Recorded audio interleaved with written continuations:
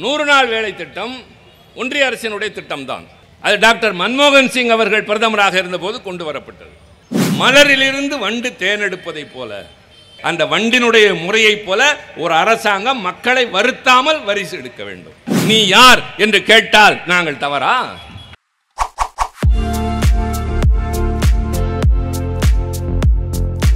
பீகாரிலே பிறந்து நாகாலாந்திலே ஆளுநராக இருந்து விரட்டப்பட்டு இங்கு வந்து உட்கார்ந்திருக்க ஒருவர் என் மாநிலத்து மக்களின் தேவைகளை நிறைவேற்ற எங்கள் மாநிலத்தின் சட்டசபை தீர்மானம் நிறைவேற்றினால் அதை நீ மதிக்க மாட்டாய் என்றால் நீ யார் என்று கேட்டால் நாங்கள் தவறா?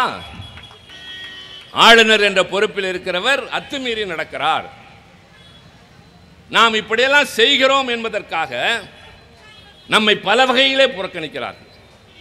நீங்கள் ஒன்றை தெரிந்து கொள்ளுங்கள், மாநில அரசு நமக்கென்று தருகின்ற திட்டங்கள் இருக்கின்றன. என்ன மாதிரி திட்டங்கள்?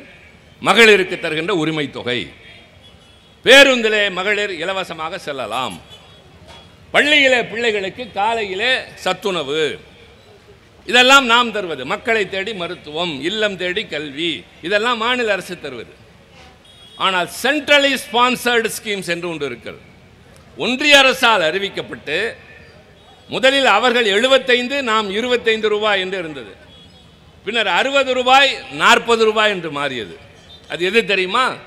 100 நாள் வேலை திட்டம். 100 நாள் வேலை திட்டம் ஒன்றிய அரசினுடைய திட்டம்தான். அது டாக்டர் மன்மோகன் சிங் அவர்கள் பிரதமராக இருந்தபோது கொண்டு வரப்பட்டது.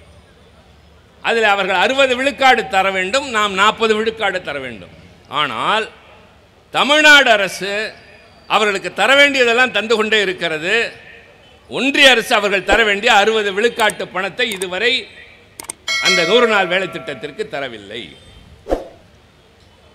இந்த நிதிநிலை அறிக்கையில் அந்த திட்டத்திற்கான நிதி ஒதுக்கீடு அதிகரிக்கப்படவில்லை. இத்தனை 1000 கோடி, இத்தனை லட்சம் கோடி, நான் அதெல்லாம் போல சுருக்கமாக சொல்றேன்.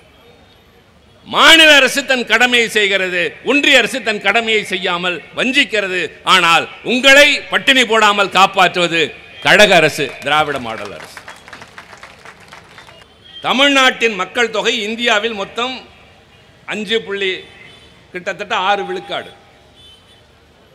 நாம் தருகின்ற பணம் எவ்வளவு தெரியுமா? இந்தியாவினுடைய ஒட்டுமொத்த வரி வருவாயில், அதாவது ஜிடிபி, அதில் நாம் தருகின்ற பணம் என்பது 10%. ஆனால் நமக்கு அவர்கள் தருவது வெறும் 4.25%. எல்லாத்தையும் வாங்கி வாங்கி அங்கே தரோம். இந்த ஜிஎஸ்டி வந்ததுக்கப்புறம் ஒரு மாநில அரசுக்கு தன்னுடைய திட்டங்களை செயல்படுத்த வருமானம் தேவை. அதை எப்படி ஈட்டுவதென்றால் வரி வருவாயின் மூலம். ஒரு அரசாங்கம் எப்படி வரி வசூலிக்க வேண்டும் தெரியுமா? மலரிலிருந்து வண்டு தேனெடுப்பதை போல. அது எப்படி என்றால், ஒரு மலரில் வண்டு உட்கார்வது தெரியும், பின்னர் பறந்து செல்வது தெரியும், இடையில் யாருக்கும் தெரியாமல் மலருக்கும் நோகாமல் தேனை எடுத்து செல்கிற அந்த வண்டினுடைய முறையை போல ஒரு அரசாங்கம் மக்களை வருத்தாமல் வரிசை எடுக்க வேண்டும். அப்படி நாம் வாங்கி கொண்டிருந்த விற்பனை வரி, வாட் வரி, இந்த சர்வீஸ் டேக்ஸ், இதெல்லாம் சேர்த்து ஜிஎஸ்டி என்று ஆக்கி ஒட்டுமொத்தமாக இந்தியாவிற்கு முழுவதும் உங்களுக்கு நாங்கள் அதிலேருந்து இழப்பீடு தருகிறோம் என்று சொல்லி வாங்கினாங்கள்ல, எல்லா வரி வருவாயும் எடுத்துகிட்டு போயிட்டாங்க. இப்போ அரசாங்கத்திற்கு இருக்கக்கூடிய வருமானம் 2 தான், ஃபியூயல் சர்சார்ஜ், அப்புறம் இந்த மது பானம். ஆனால் அவர்கள் என்ன செய்கிறார்கள் என்றால், இந்த பிரித்து கொடுக்கின்ற வருமானம் ஒரு பக்கம், இது இல்லாமல் ஜிஎஸ்டி காம்பன்சேஷன், நாங்கள் அதுக்கு இழப்பீடு தரணும்னு உங்களுக்கு தெரியாமல் ஒரு சர்சார்ஜ் போடுறாங்க, ஒரு செஸ் வரி. அதற்கு பின்னால் இந்த சமூக நலத்திட்டங்கள், கொஞ்சம் நான் தமிழ் படுத்தி சொல்கிறேன், வெல்ஃபேர் ஸ்கீம்ஸ், அதுக்கு ஒரு சர்சார்ஜ். இந்த சர்சார்ஜ் செஸ்ன்னு அவங்க வாங்கிறது, நீங்கள் கொடுக்கறது உங்களுக்கே தெரியாது. நீங்கள் ஒரு உணவு விடுதிக்கு போய் சாப்பிட்டு விட்டு வெளியே வருகிற போது மொத்தமாக பணத்தை செலுத்தி விட்டு வருவீர்களே தவிர, சாப்பிட்டதற்கான தொகை எவ்வளவு, அதில் சர்சார்ஜ் எவ்வளவு, செஸ் எவ்வளவு, ஜிஎஸ்டி எவ்வளவு, யாரும் பார்ப்பதே இல்லை. அதன் மூலமாக வருகிற பணம் எல்லாம் அவர்களை சேர்கிறது, நமக்கு பங்கும் கிடையாது. கோயம்புத்தூருக்கும் மதுரைக்கும் மெட்ரோ ரயில் திட்டம் வேணும்னு கேட்டோம். அதை பற்றி அதில் ஒன்றுமே சொல்லலை. 2 புயல் வந்துச்சு, மிக்ஜாம்னு ஒரு புயல், ஃபெஞ்சல்னு ஒரு புயல், அதுக்கப்புறம் வெள்ளம் வந்துச்சு. அதுக்கான திட்டங்கள் எல்லாம் இவ்வளவு செலவு, இவ்வளவு நஷ்டம், நீங்கள் இழப்பீடு தாருங்கள்னு முதலமைச்சர் கடிதம் எழுதி நாங்கள்லாம் நாடாளுமன்றத்தில் பேசி அவர் சொன்ன மாதிரி கொடுத்தது வெறும் 267 கோடி. நான் கேட்டு பேசியதற்கு பதில் கடிதம் வருது. தேசிய பேரிடர் நிதியிலிருந்து நீங்கள் செலவழிச்சுக்கலாம், இதுக்கு நீங்கள் என்ன நாங்கள் பண்ணிக்க மாட்டோம். பண்ணியாச்சு. ஆனால் நீங்கள் தர வேண்டிய பங்கை தாருங்கள் என்று கேட்கிறோம், தருவதில்லை. நம்முடைய தேசிய பேரிடருக்கு தருவதில்லை. புதிய தேசிய நெடுஞ்சாலை கேட்டிருந்தோம், தருவதில்லை. புதிய ரயில் திட்டம் கேட்டோம், தருவதில்லை. மெட்ரோ ரயில் கேட்டோம், தருவதில்லை. இதற்கெல்லாம் மேலே இந்த 100 நாள் வேலை திட்டத்திற்கு அவங்க தர வேண்டிய பணத்தை இன்னும் தரல. பள்ளிக்கூடத்துக்கு தர வேண்டிய பணத்தை தருவதில்லை.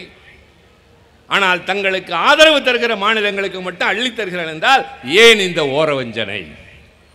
இந்தியாவில் இருக்கிற எல்லா மாநிலங்களையும் சம கண்ணோட்டத்தோடு பார்க்க வேண்டிய இந்த அரசாங்கம், ஏழைகள் இங்கே வாடிக்கொண்டிருக்கிறார்கள். படித்த இளைஞனுக்கு வேலை இல்லை, கிராமப்புறத்தில் வாழ்கிறவர்களுக்கு வக்கில்லை, விவசாய தோழர்கள் மன்றாடி கொண்டிருக்கிறார்கள், இயற்கையோடு போராடுகிறார்கள். ஒரு மாநில அரசு நன்மை செய்கிறது, அந்த அரசுக்கு கை கொடுப்பதற்கு மாறாக அந்த அரசையும் சேர்த்து வஞ்சித்தால் இது மக்களுக்கான ஆட்சியா? நீங்கள் எந்த கட்சியாக வேண்டுமானாலும் இருக்கலாம், உங்கள் கொள்கை எது வேண்டுமானாலும் இருக்கலாம், நான் அதை விமர்சிப்பேன். நீங்கள் அதிலேயே பிடிவாதமாக இருப்பது வேறு. ஆனால் ஆட்சி பொறுப்பு என்று வந்ததற்கு பின்னால் உங்களுடைய பார்வை எல்லோரையும் ஒன்றாக பார்க்க வேண்டும், எல்லா மதத்தினரையும் ஒன்றாக கருத வேண்டும், எல்லா பிரிவினருக்கும் நான் மன்னிப்பு செய்ய வேண்டும் என்கிறோம். அண்ணா ஆட்சிக்கு வந்தபோது கேட்டார்கள், what is your economic policy, உங்கள் பொருளாதார கொள்கை என்ன என்று டெல்லியில் கேட்டார்கள். அண்ணா முதலமைச்சராகி தந்த முதல் பேட்டி, அண்ணா சொன்னார், tap the rich and pat the poor என்றார். இந்த டேப்புங்கிற வார்த்தையை அப்படியே திருப்பி படிச்சிங்கன்னா பேட்டுன்னு வரும், ஆனால் பொருள் மாறும். பணக்காரனிடமிருந்து எடுப்பேன், ஏழைகளுக்கு கொடுப்பேன். அதுதான் சோசியலிச ஆட்சி. அண்ணா சொன்னார், நான் எல்லோருக்குமான ஆட்சி நடத்துவேன். அதனால்தான் தான் இந்த கட்சி பேரே திராவிட முன்னேற்ற கழகம்.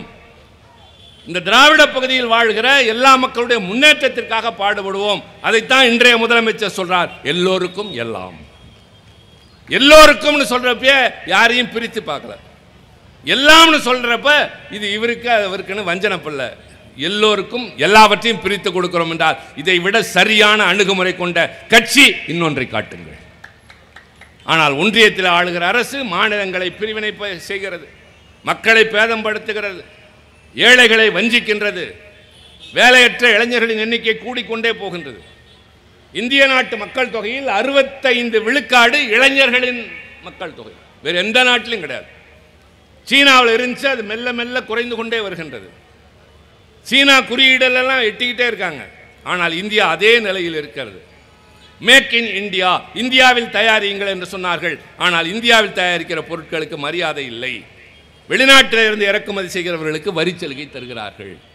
இதையெல்லாம் மீறி நாங்கள் நல்லாட்சி நடத்தினால், மக்களை வருத்தாமல் நாங்கள் வருமானத்தை தேடி அவர்களுக்கு நல்ல திட்டங்களை தந்தால், நியாயமாக தர வேண்டியதையும் கூட்டாட்சி தத்துவத்தின் அடிப்படையில் தரவில்லை என்று சொன்னால் அதை நாங்கள் எதிர்க்கிறோம் என்பதை விட கண்டிக்கிறோம் என்கிற நிலைக்கு வந்து யாரிடம் சொல்ல வேண்டும்? நாடாளுமன்றத்தில் அவரிடம் சொல்கிறோம் என்பது மட்டுமல்ல, நாளைக்கு இந்த நாட்டின் உச்சக்கட்ட நீதிபதிகளாகிய மக்கள் மன்றத்தில் வந்து சொல்ல வேண்டும்.